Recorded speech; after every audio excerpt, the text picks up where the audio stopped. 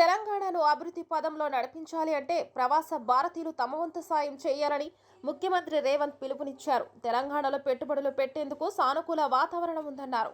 America ఆర్థిక వ్యవస్థను భారతీయులు డిక్టేట్ చేసే స్థాయికి చేరుకున్నారన్నారు.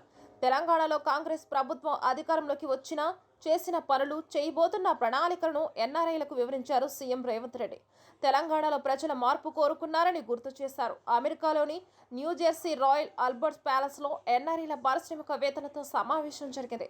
హైదరాబాద్లో హైటెక్ సిటీని అప్పటి సీఎం నేదురుమల్లి జనార్దన్ రెడ్డి పునాది వేశారని, కొన్ని కారణాల వల్ల ఆగిపోయిందన్నారు. ముఖ్యమంత్రిగా చంద్రబాబు పాలనలో హైటెక్ సిటీ నిర్మాణం జరిగిందన్నారు. సిద్ధాంతపరంగా భిన్నాభిప్రాయాలు ఉన్నా ఏకాభిప్రాయంతో ముందుకెళ్లామని రేవంత్ చెప్పుకొచ్చారు. హైదరాబాద్ అభివృద్ధికి ప్రణాళికలు రచించి ముందుకెళ్తున్నామన్నారు. ఈ విషయంలో అనుమానాలు, అపోహలను తొలగించాలన్నారు. హైదరాబాద్ నగరానికి మెరుగైన స్థానం కోసం తెలంగాణ ప్రభుత్వం పనిచేస్తుందన్నారు.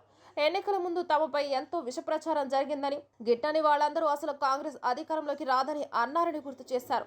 వచ్చినా అది ఉండనే ఉండదన్నారు. ఇప్పుడు రాష్ట్రంలో అభివృద్ధి మందగిస్తుందంటూ లేనిపోని అపోహలు కల్పించేందుకు ప్రయత్నిస్తున్నారని రేవంత్ చెప్పుకొచ్చారు.